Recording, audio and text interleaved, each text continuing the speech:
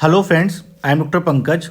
देखिए, इस वीडियो में हम एक डिजीज़ के बारे में बात करेंगे जो कि विटामिन डी की डेफिशिएंसी से बच्चों में हो जाती है, जिसको हम लोग बोलते हैं पैक्टस कैरिनेटम। तो एक्चुअली मेरी ओपीडी में एक बच्चा आया था। ये एक बच्चा था जिसकी माँ इसको लेके आई थी और इस बच्चे को ये प्रॉब्लम काफ़ी दिन से थी, फिर भी इसकी माँ इसे मतलब निगलेक्ट किए जा रही थी।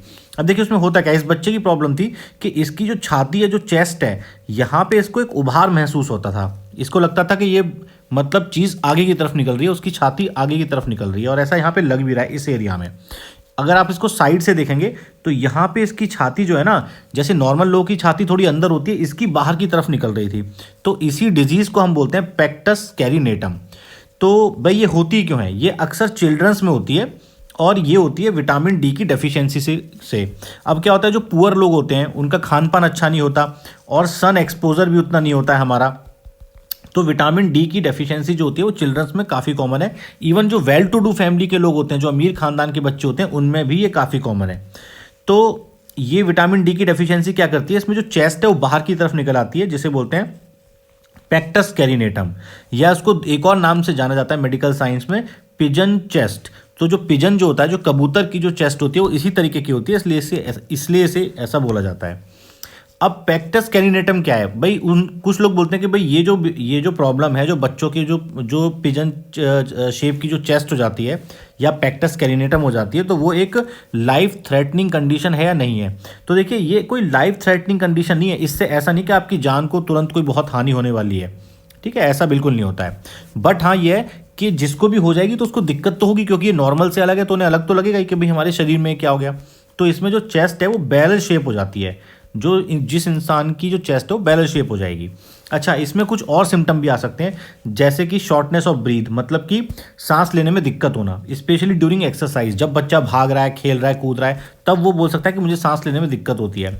उसके बाद फास्ट हार्ट बीट, उसकी जो दिल की जो धड़कन है या जो नब्ज है वो फास्ट हो सकती है, वो जल्दी थक सकता है। इवन जिनको विटामिन डी की डेफिशिएंसी होती है ना, उनको चाहे पिजन चेस्ट हो या ना हो, टायर्डनेस तो उन बच्चों में देखी गई है, उनको टायर्डनेस वो बहुत जल्दी थक जाते हैं।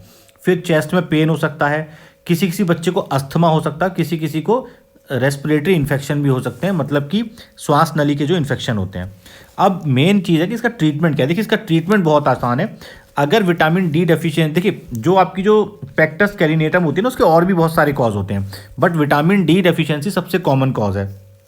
तो हम डॉक्टर्स लोग क्या करते हैं, हम कुछ इन्वेस्टिगेशन करा लेते हैं और क्लिनिकल एग्जामिनेशन के आधार पे हम लोग डिसाइड कर लेते हैं कि इसको पैक्टस कैरिनेटम है due to vitamin D deficiency. तो उसमें सबसे पहले हम एक इंजेक्शन विटामिन D3 लगा देते हैं, मार्केट में आसानी से मिलता है, वो 6 लाख इंटरनेशनल यूनिट का होता है। वो इंजेक्शन जो है हम लोग IM लगा देते हैं, इंट्रामस्कुलर। ओके, उसके साथ साथ हम उस बच्चे को टैबलेट कैल्शियम देते हैं, जो कि रोज खानी होती है, और कैप्सूल विटामिन D3 देते हैं, जो कि 60,000 इंटरनेशनल यूनिट का आता है। इसको हम लोग वीकली चला देते हैं और ये ट्रीटमेंट 2 से 3 महीने रेगुलर चलाते हैं। इसके बाद हम इस बच्चे को फॉलोअप में देखते हैं। तो फॉलोअप में देखोगे ना, 2 से 3 महीने में ये चीज़ कम होने लग जाएगी और with due course of time ये पूरी तरीके से ठीक हो जाएगा। तो मेरी आप लोगों से रिक्वेस्ट है कि अगर जो भी लोग इस वीडियो को देख रहे हैं, अगर उनके आसपास में या उनके परिवार में अगर कोई ऐसा बच्चा है जिसकी छाती बाहर की तरफ आ रही है, जिसको लगता है कि छाती जो अंदर की तरफ वो बाहर की तरफ आ रही है, तो उन्हें तुरंत डॉक्टर के पास जाना चाहिए। इस तरीके से, जैसे कि इस बच्चे की माँ ने इसको निगलेक्ट किया, ऐसे नहीं करना चाहिए। अगर ये पहले आ जाते, जब ये थोड़ा थोड़ा शुरू हुआ था, तो हम तभी दवाई देते थे तो ये ठीक हो जाता। बट ऐसा नहीं कि अभी ये ठीक नहीं हुआ, ये अभी भी ठीक हो जाएगा, but it will take some time. तो इस वीडियो को यहीं पे एंड करते हैं। Thanks for watching my video.